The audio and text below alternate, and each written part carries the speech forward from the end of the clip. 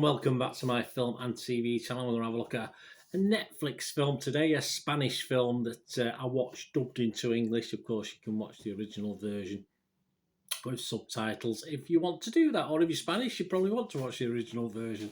Yeah, so please join me as we have a look at a film called Hollyblood. Yes, Hollyblood. See what they've done there? Yeah, it perhaps doesn't get better on the parodies, I'm not too sure.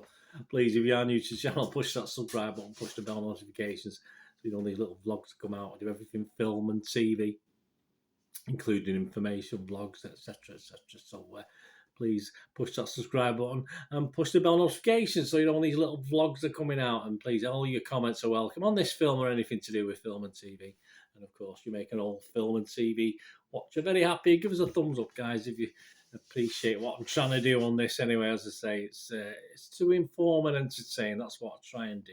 Hollyblood, yeah, interesting take on the dark comedy sort of teen vampire thing. We're not talking the classic here. We're not talking the classics, even the modern day classics in vampire film, comedy vampire films, if you like. Hollyblood, 87 minutes, a 15 certificate.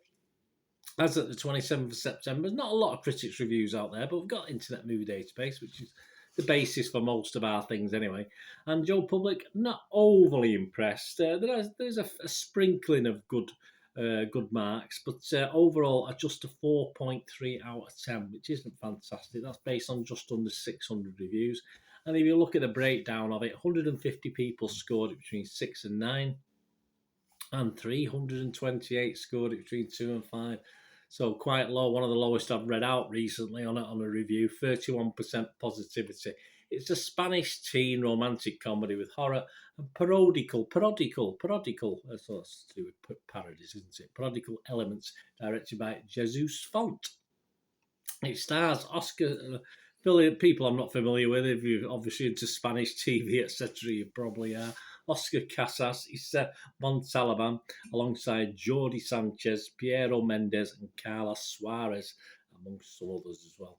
And it's about, basically, the plot follows Xavi, an unremarkable high school student, aren't most of us, infatuated with classmate Sarah, fangirling in turn on a vampire book series. Some fangirling, I'll say it's there, it must exist on a vampire book series.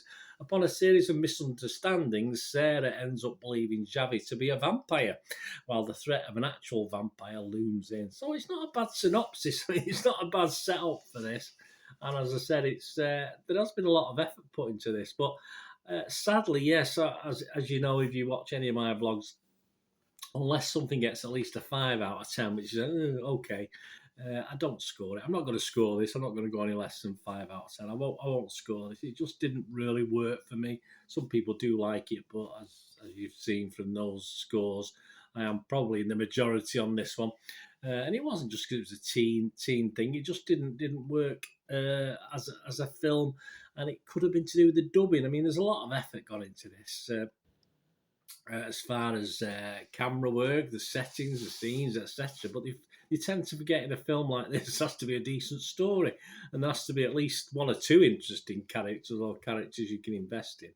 And this, for me, never really from the outset got going. Perhaps the fun in this is lost a little bit in translation. I'm not too sure. Dubbing is okay, but as I say, it lacks some sort of chemistry on the screen between most of the people in this film, whether you know the goodies or the baddies. But I mean, whether it's lost in translation, I'm not too sure. Perhaps it might be better watched in Spanish with the dubbing.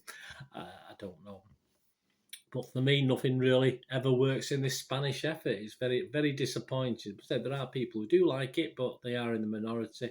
And I just thought it looks good. And it's one of those films, I think, if you watch the trailer, you think, oh, that looks good. And then you come to watch the film, it's all a bit of a damp squib. And as far as bringing a smile to the face, it certainly didn't do that as a really good comedy, parody should do anyway. So not for me. Let me know what you think, guys, if you get to watch this. So I might have put you off now, but as I say, I'm not alone in my negativity, that's for sure.